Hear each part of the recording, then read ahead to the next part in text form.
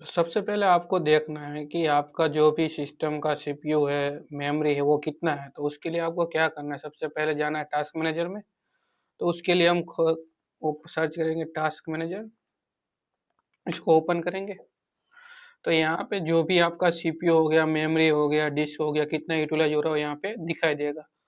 तो जो भी आपका अगर ज़्यादा लग रहा है, जैसे 30-40% ज़्यादा सीपीयू है, मेमोरी अगर 90% तक मेमोरी चली जाती है, तो उसके लिए क्या करना है, आपको उसको देखना है। और जैसे कोई भी अगर मेमोरी 90% के ऊपर चली जाती है और जो कोई चीज़ काम की नहीं है, तो उसको क्या करना है, आपको जस्ट राइट क्लिक करोगे तो यहाँ पे एंड टास्क का ऑप्शन आएगा, तो आपको एंड टास्क कर देना है। सेम टू सेम सीपीयू भी देखना है, उसमें भी आपको देखना है। जो भी अगर ज़्यादा सीपीयू ले रहा है तो उसको क्या कर देना है, एंड टास्क कर देना है। तो ऐसे आप जो भी सिस्टम में ज़्यादा रैम, ज़्यादा सीपीयू ले रहे हैं, उसको आप यहाँ से क्लोज कर सकते हो। और दूसरा आपको देखना है कि जो भी, जैसे आप सिस्टम स्टार्ट करते हो, तो कौन सी एप्लीकेशन जो भी ऑटोमेटिक स्टार्ट हो जाती है। तो उसके लिए आपको जाना है, यहाँ पे दूसरा ऑप्शन रहेगा स्टार्टअप एप्स। तो इसको यहाँ से ओपन करेंगे। और देखो यहाँ पे जो भी लिस्ट में जितने भी एप्लीकेशन दिए हो, जैसे आप सिस्टम चालू करोगे तो उसमें ऑटोमेटिक स्टार्ट हो जाते हैं। तो यहाँ पे देखो, मेरा ग्राफिक्स कार्ड का यहाँ पे लिखा हुआ डिसेबल लिखा हुआ है, माइक्रोसॉफ्ट कोपायलट का एनेबल है। और इसको आपको डिसेबल करना है, तो राइट क्लिक करना है और यहाँ पे डिसेबल का ऑप्शन आ जाएगा, तो आप यहाँ से डिसेबल कर सकते हो। जो भी आपको स्टार्टअप एप्लीकेशन में नहीं चाहिए तो आप इजीली यहाँ से उसको डिसेबल कर सकते हो, और जो जरूरत है नहीं तो उससे भी आपका बहुत सारा सीपीयू और रैम हो गया वो भी यूटिलाइज होगा। और तीसरा नंबर का सबसे मेन चीज है वो आपका है स्टोरेज। तो उसके लिए क्या करना है, आपको यहाँ पे जाओगे तो डिस्क क्लीनअप सर्च करना है। डिस्क क्लीनअप, ठीक है, यहाँ पे ओपन करोगे तो ये थोड़ा टाइम लगेगा इसको क्लीन अप करने में। आपको शो करेगा कितना ज़्यादा है आपका क्लीन करने की ज़रूरत है। ठीक है, तो यहाँ पे देखो विंडो अपडेट क्लीनअप, उसको भी सिलेक्ट करना है। जो भी आपको यहाँ से ज़्यादा आपका जो स्टोरेज रो यूज़ कर रहा है, जो कोई काम का है नहीं, तो आप इजीली यहाँ से डिलीट कर सकते हो। ठीक है, डिलीट फाइल, ठीक है। तो ये थोड़ा टाइम लेगा यहाँ पे डिलीट होने, क्लीन अप डी ड्राइव, ठीक है।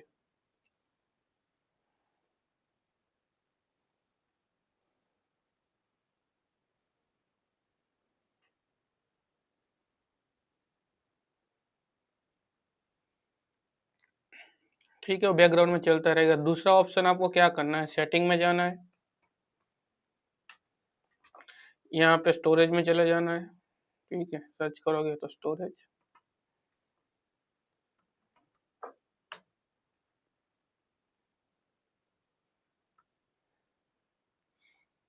यहाँ पे स्टोरेज में आ जाना है। और यहाँ पे अगर आप में देखना है, अगर स्टोरेज सेंस जो ऑटोमेटिकली रहता है, जो आपका अनयूज मेमोरी होती है, रैम मतलब डिलीट टेम्पररी फाइल कर देता है, आराम से उसको कर देता है, तो उसको आपको एनेबल रखना है, ऑन रखना है। ठीक है, अगर आप में ऑफ है तो आप उसको ऑन कर दीजिए, ये एक काम कर लीजिए। और यहाँ पे दूसरा आपको ऑप्शन दिख रहा है टेम्पररी फाइल, तो उसको भी क्या करना है, आपको डिलीट करना है टेम्पररी फाइल। ठीक है, तो इसके ऊपर अपन क्लिक करेंगे तो ये जो भी है टेम्पररी फाइल, ठीक है, वो अभी स्कैन कर रहा है। जो भी टेम्पररी फाइल हमारे सिस्टम में है उसको कैसे डिलीट करते हैं, वो भी आपको यहाँ से डिलीट करना है टेम्पररी फाइल को।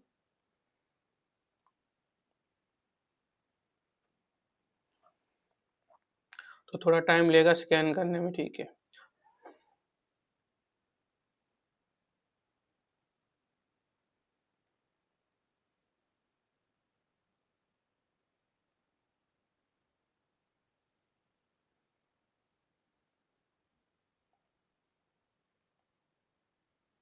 तो ये थोड़ा टाइम लेगा, आपको क्या करना है, इसके बाद यहाँ पे ऑप्शन आएगा डिलीट टेम्पररी फाइल, तो आपको इसको डिलीट कर देना है। ठीक है, टेम्पररी फाइल को। तो आसान है, जितने भी आपकी टेम्पररी फाइल, तो बहुत ज़्यादा स्टोरेज आपका फ्री हो जाएगा, तो उससे भी आपके सिस्टम में बहुत ज़्यादा फर्क पड़ेगा। ठीक है, और दूसरा एक ऑप्शन है, यहाँ से आप डायरेक्ट टेम्पररी फाइल को वो कर सकते हो, विंडो आर करना है, रन करना है, और यहाँ पे सर्च करना है टेम्प। ठीक है, तो जो भी आपकी टेम्पररी फाइल जो ऐप की बनी होगी तो यहाँ पे आपको सिलेक्ट करना है, कंट्रोल और करके यहाँ पे शिफ्ट डिलीट कर देना है। जो भी आपकी टेम्पररी फाइल हो यहाँ से आप डिलीट कर सकते हो आसानी से, जो आपकी टेम्पररी फाइल रहती है।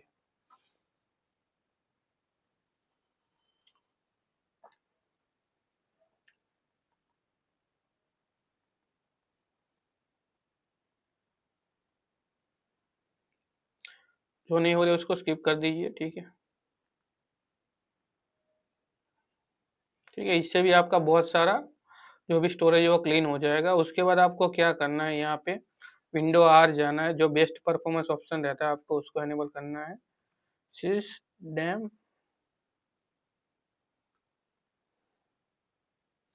डॉट सीपीएल, ठीक है। कंट्रोल पैनल में जाएंगे और यहाँ पे एडवांस ऑप्शन में जाना है, ठीक है।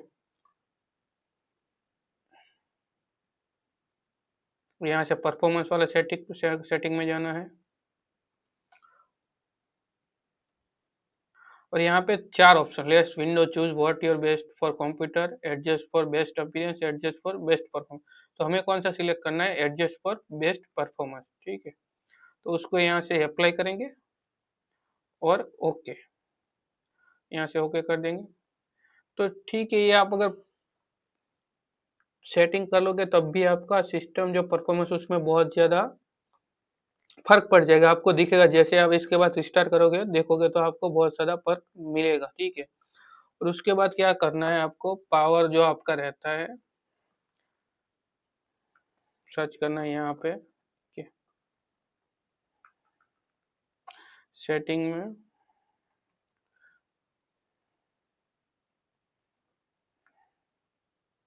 सिस्टम में आना है, ठीक है। सेटिंग में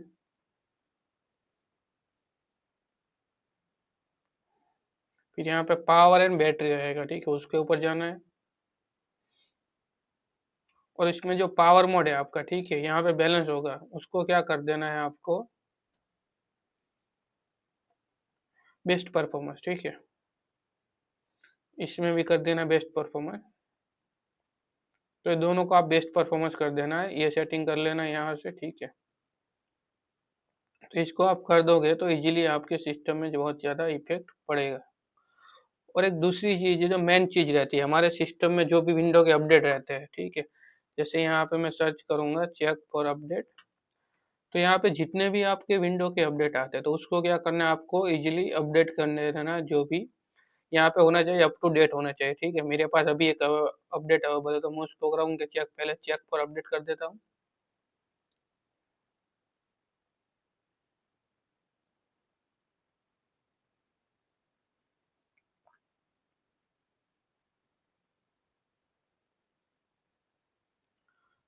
जो भी आप में अवेलेबल होगा उसको यहाँ से शो करेगा और आपको क्या कर लेना है, जो भी अपडेट है उसको डाउनलोड कर लेना। इससे क्या होगा, जो भी आपका मतलब ड्राइवर रिलेटेड इश्यू है, सीपीयू आपका ज़्यादा जा रहा है, मेमोरी लीक्स जो होती है, उस बहुत सारा फर्क पड़ जाएगा और जो भी बग्स है आपके वो सिस्टम से गायब हो जाएंगे आराम से, ठीक है।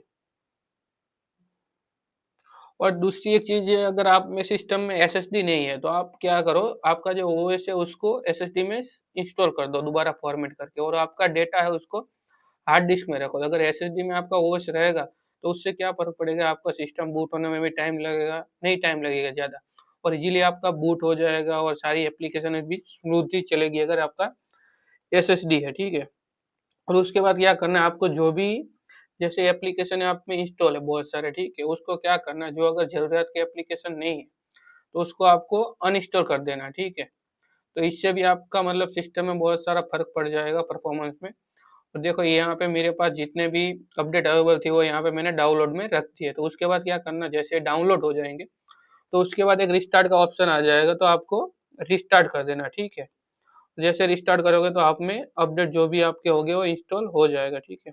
तो बस ये चीज सेटिंग आप करोगे तो आपके सिस्टम में मतलब 90% फर्क पड़ जाएगा और आपका सिस्टम स्मूथली चलेगा और कोई इश्यू नहीं आएगा, ठीक है। तो आप ये सेटिंग आपके सिस्टम में कर सकते हो, तो उससे आपके सिस्टम में बहुत ज़्यादा फर्क पड़ जाएगा। सिस्टम इजीली स्टार्टअप में भी प्रॉब्लम नहीं होगी और इजीली आप यूज़ कर सकते हो। बस ऐसे ही वीडियो देखने के लिए हमारे चैनल को लाइक शेयर और सब्सक्राइब करिए और शेयर करना मत भूलिएगा। Thank you.